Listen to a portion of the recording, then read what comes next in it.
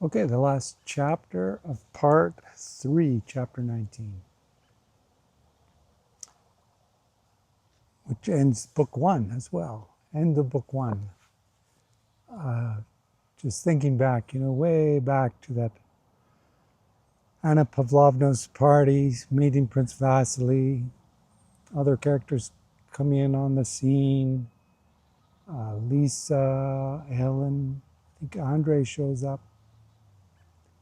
Pierre. Later on, we meet the Rostovs, see a bunch of funny episodes with Pierre. Although, as the book goes on, it was kind of a low note for me when just seeing how Pierre was manipulated by Prince Vasily, and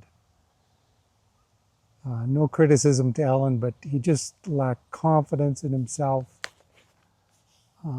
It's almost like his good, kind nature was serving to not serve him very well. He was so,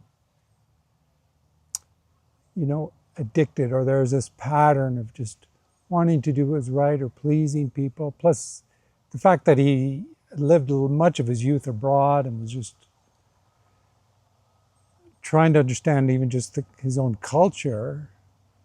And then on top of that, being thrust into this position of now Count Bezukov, his father dying, and taking on that role. Just how the book kind of progressed for Pierre. It was kind of a downer for me. I think maybe early on in recollecting past readings of this book, I said, Pierre was the one reason I keep rereading the book. But for book 1, it really ended up that Andrei was the most intriguing for me. And we'll see, maybe as book 2 goes on, maybe there's things about Pierre that we'll see again that help us cheer him on even more. And a lot of characters, interesting characters. But in this chapter 19, it's about Prince Andrei being injured, perhaps fatally so, on the battlefield.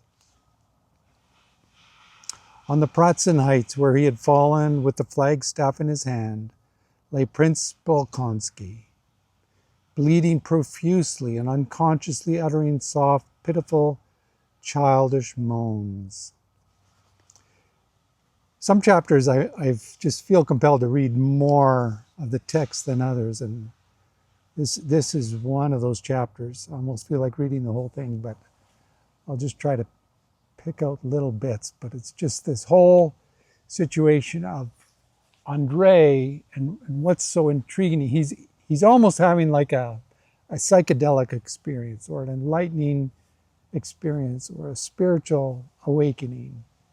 Just the fact of his injury, and I don't discount that as any more authentic, the means of it coming, but it's just broken through his mind, this puzzling, intellectual, very smart mind, and there's something that has just broken clean through that and just sort of shown him in a way that can't be explained in words, this sort of bigger context, in the context of all the importance, things, and aspirations that his mind has presented with him so far. And I just really relate to this. Toward evening, he stopped moaning, became quite still. He did not know how long he remained unconscious, and suddenly he felt that he was alive and suffering from a burning, lacerating pain in his head. So he'd obviously taken a blow to the head. Where is it, that lofty sky I never knew till now and only saw today, was his first thought. This suffering too I did not know before, he thought. No, I knew nothing till now. And so he has enough of a self-clarity that he's seen all his life in a different different perspective. And this is on the battlefield, and Napoleon's coming to take a view of the battlefield, and he happens to come where Andrei is lying, and he thinks Andrei to be dead. Napoleon, having gone a few steps, he stopped and looked down at Prince Andrei, who lay on his back with the flagstaff that had been dropped beside him. "There is a fine death," said Napoleon, gazing at Bolkonsky. And remember, he will have been dressed not in regular soldier attire, but in some sort of more of an officer's colors, so that he would have been easily distinguished. Prince Andrei, hearing, there's some awareness here, realized that this was said of him, and that it was Napoleon who said it. He heard the speaker of these words addressed as Sir, but he heard the words as he might have heard the buzzing of a fly. Not only did they not interest him, but he took no notice of them. He knew that it was Napoleon, his hero. But at that moment, Napoleon seemed to him such a small, insignificant creature compared with what was taking place between his soul and that lofty, infinite sky with the clouds sailing over. At that moment, it meant absolutely nothing to him who might be standing over him or what might be said of him. He was only glad that there were people there, and he only wished that they might help him and bring him back to life, which seemed to him so beautiful now that he understood it differently. I really love this scene. It relates to me, and as I said, there are echoes of it somewhat similar to a psychedelic experience, which translates your whole experience of your life in a new way. It doesn't discount all of it, but all the things such as love and kindness and virtue come to the surface, and all these petty things that even important things are set in a new light. And it seems like he's having something like an experience like this. He feebly moved his leg and produced a faint, sickly moan that roused his own pity. "Ah, he is alive," said Napoleon. And so he instructs the people to pick him up, take him to the aid station. And then later in the day, so Prince Andrei, so they pick him up, just the process of picking him up and taking him to the aid station, the doctors tending to his wounds, it just sends him into unconsciousness again, just the pain and discomfort of it. And then many hours later, Napoleon again is, just surveying the scene, and now he's going through all the medical stations just to see who's there. And it happens to be the medical station that Prince Andrei is at.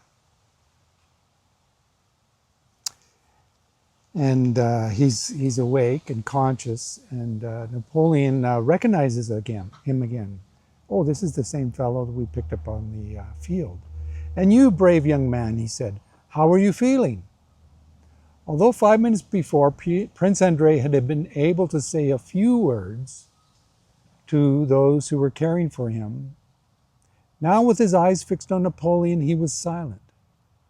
So trivial at that moment seemed to him all the interests that engrossed Napoleon. So petty did his hero himself, with his paltry vanity and joy in victory, appear, compared with that lofty, equitable, benevolent sky which he had seen and understood, that he could not answer him. He just didn't have words to say. He was on a different plane of reality. And there's an ineffable quality with these moments in life, these spiritual enlightening experiences.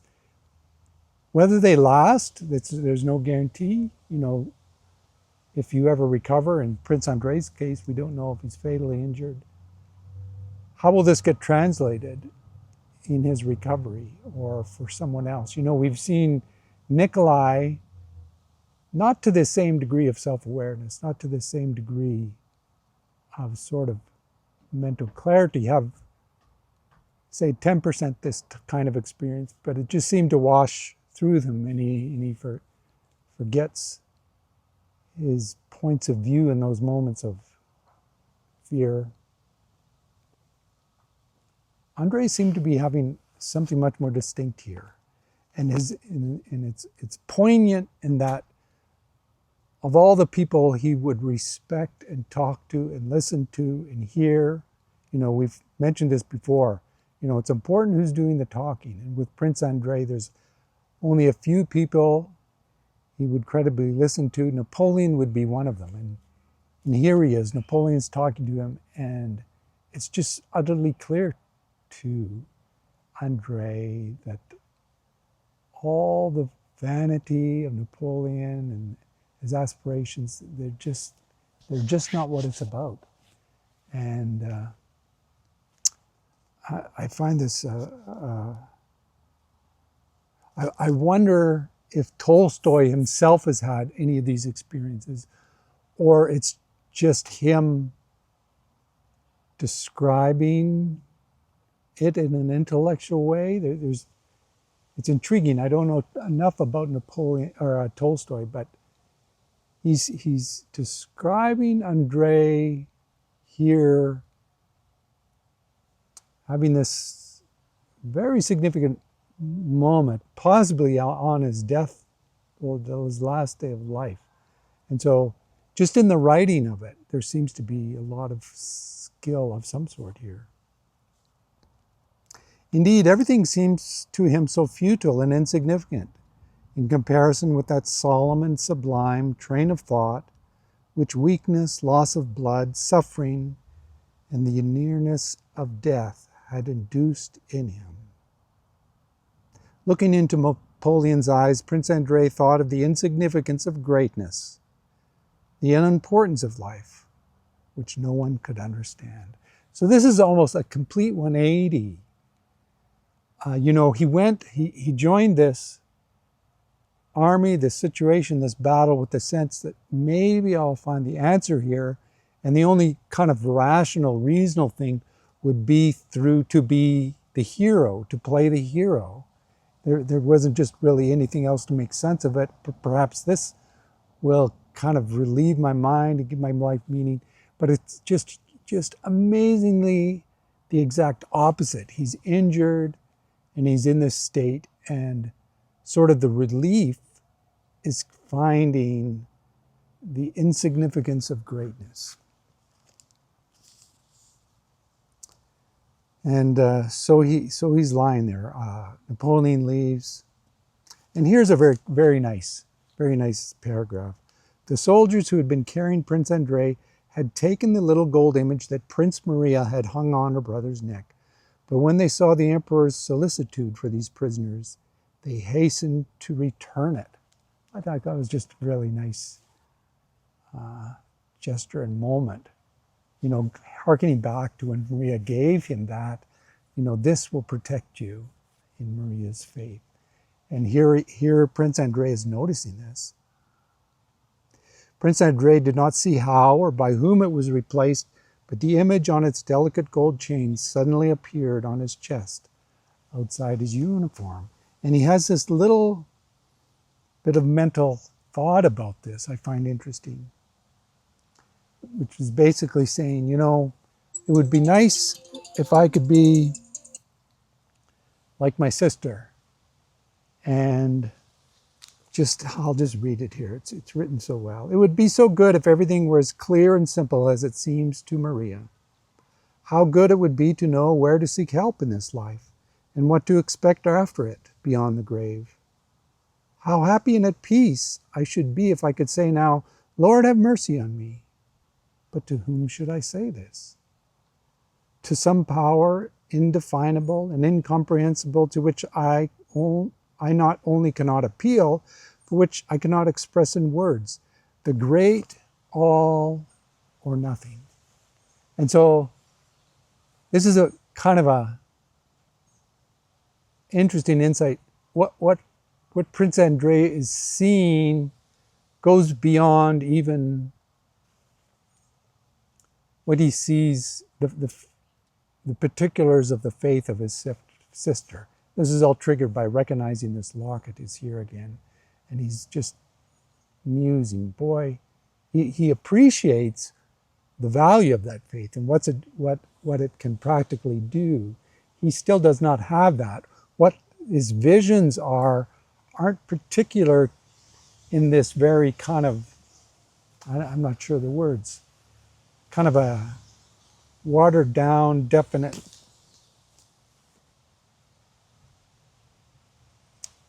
kind of articulate, rational way. Here are what you need to believe about metaphysics or whatnot. It's something ineffably grander than that. Although it's very interesting as he sees this locket, he's, you know, it would just be lovely if that was the case. But at the very same time, he's having this kind of eureka into something he recognizes as beyond that. It keeps referring it to these lofty heavens or the sky. You know, it's kind of a metaphorical language. And it was kind of him looking up at the sky when he was injured on that field that he saw. And so it's these words that keep representing this grand vision. Toward morning, all his dreams mingled and melted away in the chaos and darkness of unconsciousness and oblivion. And Napoleon's doctor came to the conclusion by the next morning, okay, this guy, I don't think he's going to make it. I don't think he's going to make it. Remember Prince Andrei, he's not really a very big guy. He's kind of a meek, not weakly, but diminutive fellow in stature, even though intellectually he's quite well respected. And the doctor thinks, yeah, I don't think this guy's going to make it. And says here, Prince Andrei, with the other hopeless cases, was left to the care of the local inhabitants. And the army moves on. This is not a fellow we'll bring with us. He won't recover. And so he's kind of like given over to hospice care of the locals. And it's very sad, but also I feel very inspired. You know, there's moments where we see his tenderness towards his family, towards his sister, his wife, his father. I didn't read those parts, but part of these revelations to him was recalling the warmth he felt to these people, even though in the few months of this book, as we've seen it, he hasn't really behaved all that warmly to them. We know that historically he very much was that. And it's just only in this last year or less than a year where he's kind of having these philosophical struggles, depressions even, you might say, the depressions of an intellectual, kind of with his mind gripping him. And here he's had this moment, the grip has been released, and it's almost, you wonder, a person having gone through this, how do they translate it? Like, let's assume he recovers. How does he translate this back when his normal faculties come online?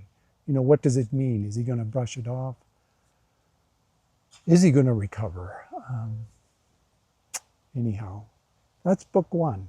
That's book one. I thank you to everybody who's been with me. I'm enjoying it, even if whoever it may be. It's been rewarding for me to kind of articulate my thoughts. It's very much a different exercise to read something and just kind of think about it in your head. And there's a whole different level of engagement, just articulating my thoughts. Kind of like the Rostov family on a whole. Nikolai, I even like him too, even though he's very much a goofy, immature child in a way, but that's okay. That's okay. We all are. Even older grown adults are. I guess Prince Vasily's manipulation of Pierre, that was a really low point in this whole book. It's just, we'll see how that evolves, and whether Pierre's self-confidence in himself grows. We know sort of where his default is coming from. It's the context we know more. We grow to know more some of these other characters. And I'll just leave it at that. That's the end of book one. Congratulations for making it this far. That looks to be not quite a third the way through the whole novel. And we get to start book 2, chapter 1, and it says early in the year 1806. So all that has happened so far has been in the year 1805.